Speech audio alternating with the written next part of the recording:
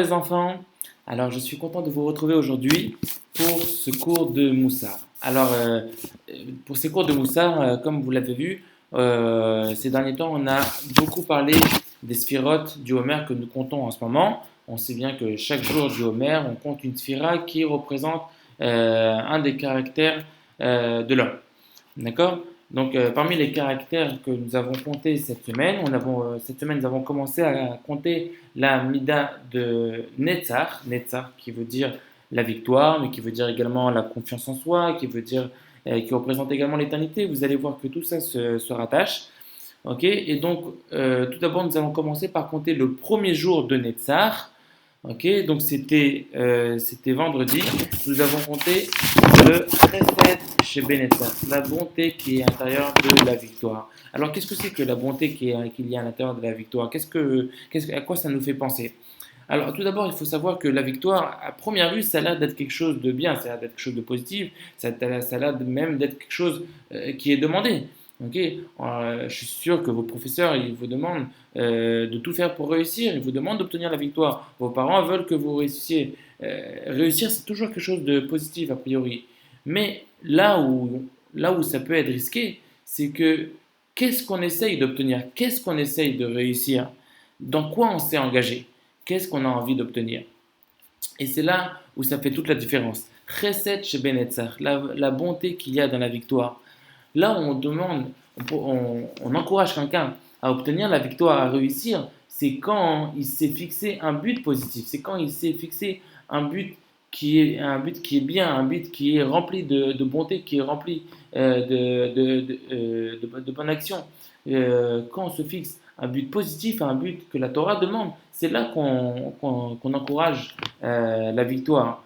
Mais si quelqu'un il se fixe malheureusement un but négatif, ou bien tout simplement un but où il pense être un but positif, mais qui se trompe de chemin, il est pas sûr de sa manière de voir les choses.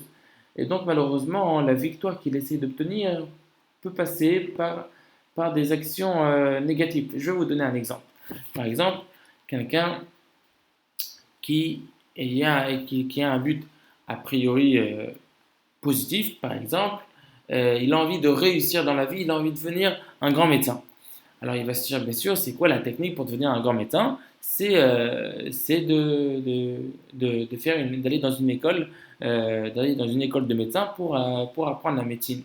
Mais si dans cette école de médecin, pour apprendre la médecine, il faut étudier aussi le Shabbat, il faut aller à l'école le Shabbat, ou il faut tout simplement quitter l'école juive et arrêter d'étudier la Torah. Et il faut comme ça faire toutes sortes de choses qui risquent malencontreusement, petit à petit, de t'éloigner de la Torah, de t'éloigner de ce que la Torah attend de toi. Et bien même si ton but, déjà, en soi, déjà, c'est un but positif, mais le fait même qu'il ne soit pas rattaché à la Torah, qu'il ne soit pas rattaché au vrai bien, à la vraie bonté que Hachem attend de nous, et ben, ce but-là, c'est pas un but qui est rempli de chesed. C'est pas un chesed chez Benetzach. C'est pas le bon qu'il y a dans la victoire. C'est pas une bonne victoire. C'est pas la victoire qu'on doit essayer d'obtenir. Et c'est là qu'on comprend toute la définition du Chesed chez Benetzach que nous avons compté vendredi dernier.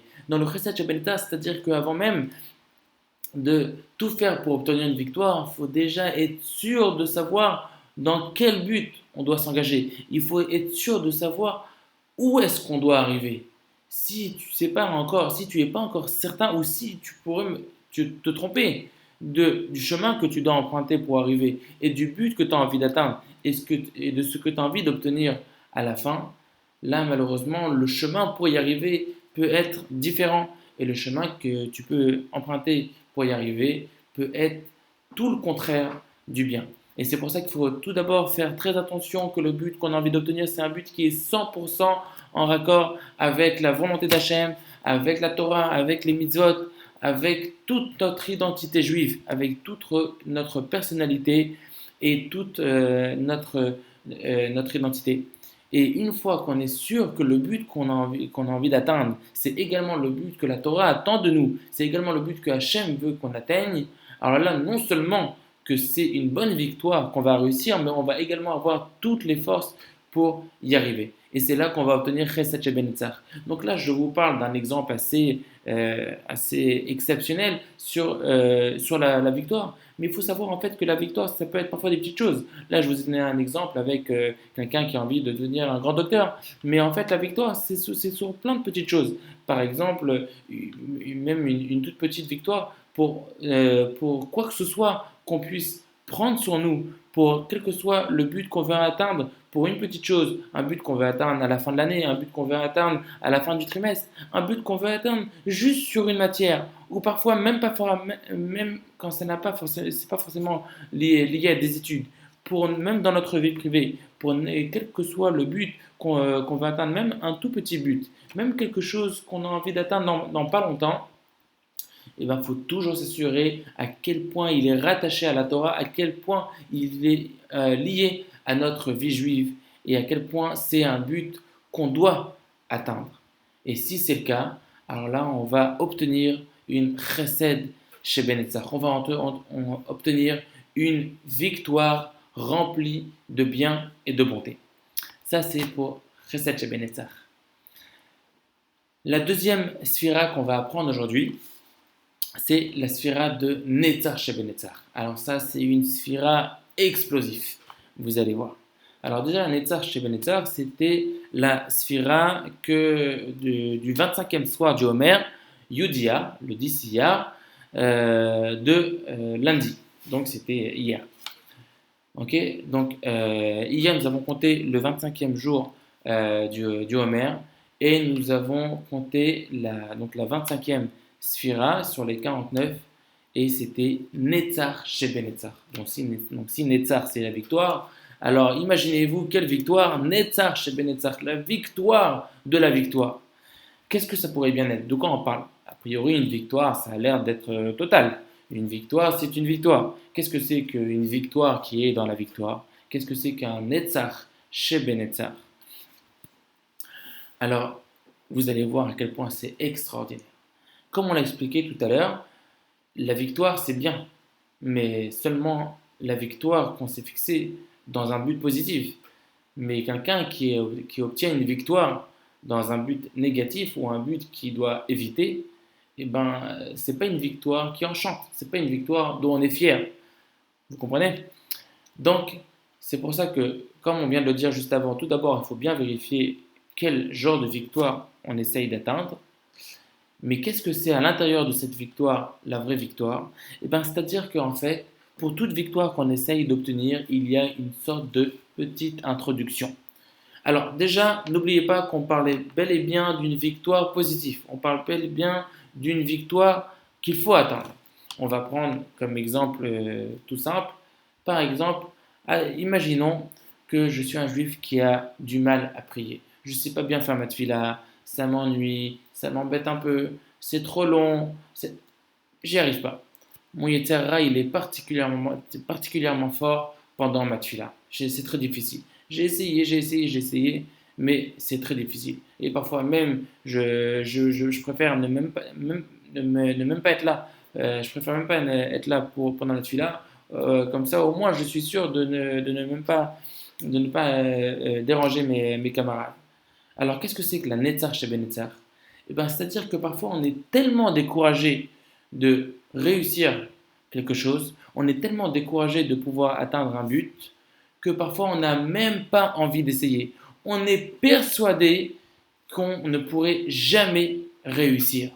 Et ça nous casse tout. Parce que du fait même qu'on est tellement sûr de ne pas y arriver, on est tellement découragé qu'on va même plus jamais essayer.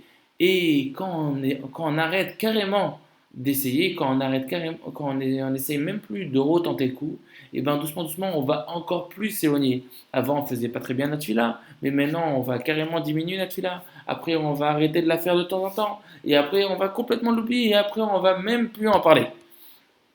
On va se réveiller le matin, la tefila ne fera même plus partie de ma journée. Et ça, c'est très très grave. Et ça, c'est une des forces les plus dangereuses du Yetzer Hara. Il faut faire très attention. Surtout, ne jamais perdre espoir. Surtout, toujours essayer et réessayer et réessayer. Sachez que un but positif qu'on essaye d'atteindre mais qu'on n'arrive pas, ce n'est rien d'autre qu'une épreuve que Hachem nous envoie. Tout ce qu'Hachem nous demande, c'est la preuve même qu'on est capable d'y arriver. Ah, comment se fait alors que j'y arrive pas? Et j'essaye. Eh bien, c'est juste une épreuve. C'est une épreuve où Hachem veut voir jusqu'à où tu es prêt à aller pour réussir, combien tu es prêt à essayer pour y parvenir. Et ça, c'est Netzach Sheben Netzach. Dans Netzach Sheben Netzach, on peut entendre qu'il y a deux victoires. La Netzach Sheben Netzach. La première victoire, c'est de prendre sur soi de réussir, de prendre la décision de réussir. Prendre la décision de réussir, ça veut dire tout d'abord de décider de ne jamais laisser tomber. Aussi longtemps que ça pourra prendre, autant d'efforts que ça pourra me demander, je ne vais jamais laisser tomber. Même si j'ai encore rien fait, j'ai encore rien obtenu, j'ai encore rien réussi. Ça même, c'est déjà une victoire. Et c'est même la victoire la plus importante. Parce que c'est la victoire la plus difficile à obtenir. Tout d'abord, il faut réussir à convaincre son Yetzer Hara de nous laisser tranquilles pour l'obliger à nous laisser toujours essayer encore et encore. Et ça, c'est le plus difficile. Une fois qu'on a réussi à surmonter notre peur, à surmonter nos découragements pour décider de réessayer sans arrêt, après la deuxième victoire, elle arrive aisément. Elle n'arrive pas toujours tout de suite, mais vous verrez qu'elle est beaucoup plus facile à arriver. C'est quoi la deuxième victoire? C'est tout simplement la victoire de réussir ce que j'ai voulu, le but que j'ai voulu atteindre. Donc là, on parlait de quelqu'un qui pourrait avoir du mal à prier. Et bien, si ce quelqu'un, il prend la décision de ne jamais s'arrêter de faire cette fila tous les jours pour toujours essayer, même s'il ne va pas toujours bien la faire, même si parfois il va parler au milieu, même si parfois c'est possible qu'il va l'oublier une fois par-ci, une fois par-là, mais il va toujours faire le maximum pour réessayer. Et bien, sans même s'en rendre compte, il va voir à quel point il va devenir passionné, il va aimer tous les jours de faire la tefila encore plus en plus, et il va toujours la faire encore mieux et davantage. Et le fait même que Akadosh Baruch Hu pourrait continuer à lui envoyer le Yetzer Hara pour le déranger, c'est la preuve même à quel point il met tellement de force et tellement de volonté pour y arriver. Et c'est là que va arriver la deuxième victoire, où il va réussir à complètement chasser son Yetzer Hara pour pouvoir faire une magnifique tefila tous les jours. Là, je vous parle de la tefila, mais chacun personnellement se connaît et chacun sait personnellement là où il a le plus du mal. Dans quelle matière, dans quel comportement, dans quelle concentration, dans quelle chose précisément, c'est encore plus difficile pour lui d'y arriver, de progresser et d'atteindre son but. Quand il voit qu'il a tellement de mal à atteindre son but, tout d'abord, il doit essayer d'obtenir la première victoire. La première victoire, c'est-à-dire de ne pas donner le choix à son Yetzer Hara de donner son opinion.